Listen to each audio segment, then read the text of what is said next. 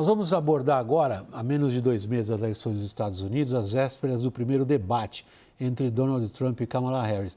Aliás, queria deixar um lembrete para vocês aqui. A partir de amanhã, 9h45, o WW vai para o ar num horário diferente, justamente para a gente poder participar da transmissão direta desse debate. 9h45, CNN Brasil está transmitindo o debate entre Kamala Harris e Donald Trump, direto lá dos Estados Unidos, com tradução simultânea. Bom, vamos lá então. Essa situação de debate, ela ocorre durante o que já se considera um empate técnico entre os candidatos à Casa Branca. Vamos acompanhar primeiro as informações. Os dados são de um compilado das últimas 4 pesquisas nacionais feitas entre 23 de agosto e 6 de setembro. Segundo o levantamento, Kamala tem 49% da preferência dos eleitores contra 47% de Trump. As pesquisas medem as opiniões dos eleitores registrados ou com probabilidade de comparecer nas eleições presidenciais neste ano. Nesta terça-feira, os dois têm encontro marcado no debate presidencial exibido pelo canal ABC, que deve representar um momento crucial para a campanha eleitoral. Kamala Harris assumiu a candidatura do Partido Democrata após a desistência de Joe Biden, que teve a capacidade de seguir governando duramente questionada, justamente depois de um péssimo desempenho no primeiro debate dessa eleição. A campanha de Trump passou por um período turbulento nas semanas após Biden desistir da corrida em julho. Pesquisas mais recentes, entretanto, indicam que a base de apoio do ex-presidente se manteve intacta. No debate, o candidato republicano provavelmente vinculará Harris à maneira como Biden lidou com a economia e a imigração, 2 áreas em que os republicanos têm criticado fortemente a atuação da Casa Branca. Trump promete manter seu conhecido estilo agressivo durante o programa. O desafio para Kamala será o de se distanciar dos problemas da gestão Biden e se mostrar como a melhor alternativa, mesmo sendo a candidata da continuidade. Tiago, muito se fala entre cientistas políticos, temos um aqui conosco, Creomar, sobre a capacidade de um evento desse tipo decidir uma eleição. Ao longo da linha da história, hoje em dia se costuma dizer que é menos decisivo do que parece quando a gente está diante do debate. Mas esta eleição não tem grandes comparações históricas. O que é que se pode dizer neste momento da capacidade desse evento de amanhã, terça-feira, ter uma influência decisiva na eleição? Bom, de fato, essas são eleições que são muito diferentes em termos de postura dos candidatos, de expectativa do eleitor, de polarização, também de complexidades que cada um dos candidatos enfrenta. Tudo isso traz elementos que geram uma eleição muito nova, muito inesperada em diversos aspectos. Agora, nessas eleições, e nós vimos já durante o debate entre o Biden e o Trump, o acerto num debate desse nível, ele acaba perdurando menos do que o erro. O erro ele tem um impacto que potencialmente avassalador, como foi no caso do Biden, e a essa altura do campeonato, numa disputa tão polarizada, ele vai ter um peso muito grande. Agora, dentro desse ambiente onde o eleitor americano está calcificado, a polarização está muito clara, cada um tem um objetivo um pouco diferente. O Trump ele vai querer colocar aquela dúvida na cabeça do eleitorado, que tradicionalmente votaria na Kamala, para que ele não vote, elencando esses erros, porque já que o eleitor democrata ele tem muito mais flexibilidade e independência de votar ou não do que o republicano que está amarrado no Trump.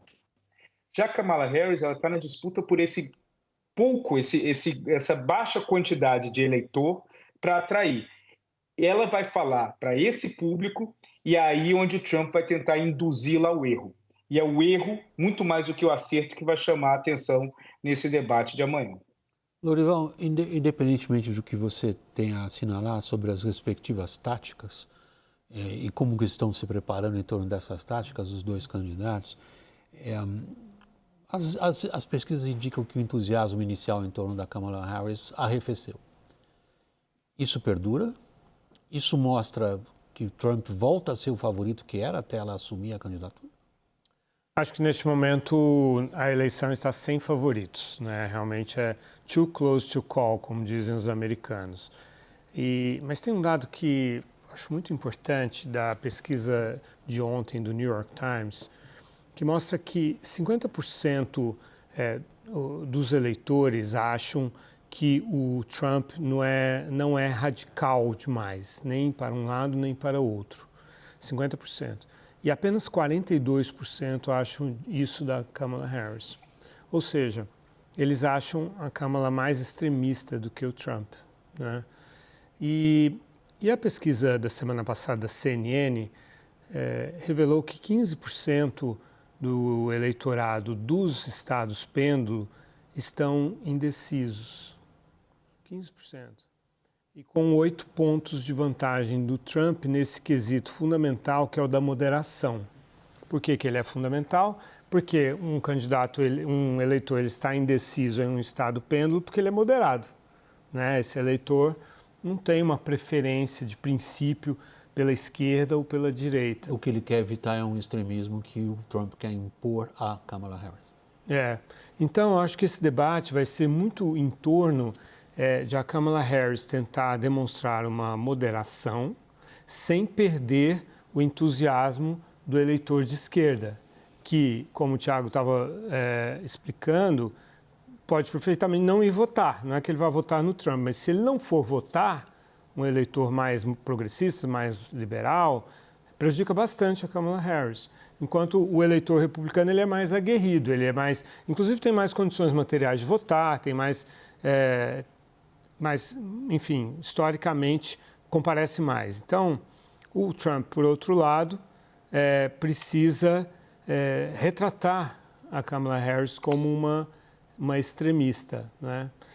Mas é claro que o mais importante nos debates, isso historicamente fica muito claro desde o primeiro, entre o Kennedy e o Nixon.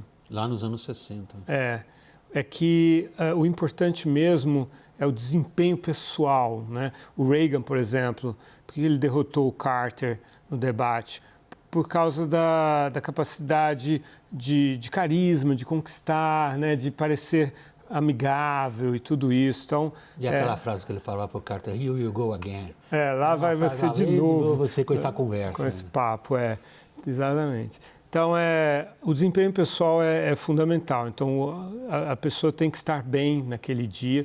Os dois são claramente muito bons eu ia dizer de televisão, mas a Kamala Harris não é muito boa de televisão. Mas os dois são claramente muito articulados, né, muito inteligentes, muito ágeis mentalmente, né? Eu digo que ela não é muito boa de televisão porque ela, em 2021, a entrevista que ela deu para a NBS foi um fracasso, né? Que ela disse, não soube explicar por que ela não tinha ido para a fronteira até então, já era junho, e ela estava incumbida da imigração. Mas nada impede que ela amanhã tenha um bom desempenho na televisão. E Creomar, você agora usando sua posição de cientista político, quando a gente olha o número de pessoas que vão decidir essa eleição nos Estados Unidos é ínfimo comparado à população americana. E estão espalhados por estados que, por sua vez, estão espalhados por diferentes regiões dos Estados Unidos, sob circunstâncias bem diversas. Em que medida, na sua avaliação, Creomar, o desempenho de cada uma dessas duas figuras políticas é realmente decisivo ou na cabeça desses eleitores eventualmente funciona isso que o Tiago vinha destacando ou que o Lorival vinha destacando, que são diferenças de política realmente? William, eu creio que dois elementos são importantes aí, né? O primeiro deles é que, historicamente, o sistema eleitoral americano foi construído para gerar uma espécie de balanço, né? Obrigando com que os candidatos rodassem por todos os estados e tivessem ali a maioria daquele colégio eleitoral. A distorção disso, em determinado sentido, na atualidade, é que o sistema hoje ressalta o grande abismo em que a sociedade americana vive, em que você tem extremos, as costas muito globalizadas, mais pujantes do ponto de vista econômico, e porções mais centrais do país que foram empobrecendo no passar do tempo. E eu creio que esse chamado, que é sobretudo muito bem feito pelo Donald Trump, a essas populações brancas do meio oeste, que foram perdendo poder aquisitivo e que foram sentindo escapar por entre seus dedos o sonho o sonho americano, por assim dizer, acaba sendo um elemento fundamental. Eu creio que a partir disso a gente muda para a segunda camada. E nessa segunda camada eu tenho aqui, e não é forçoso concordar com o Tiago e com o Lorival, que essa eleição vai ser decidida por muito pouca gente. E aqui, se você me permite dizer, eu lembro da minha experiência como observador da eleição de 2016, quando o Trump venceu.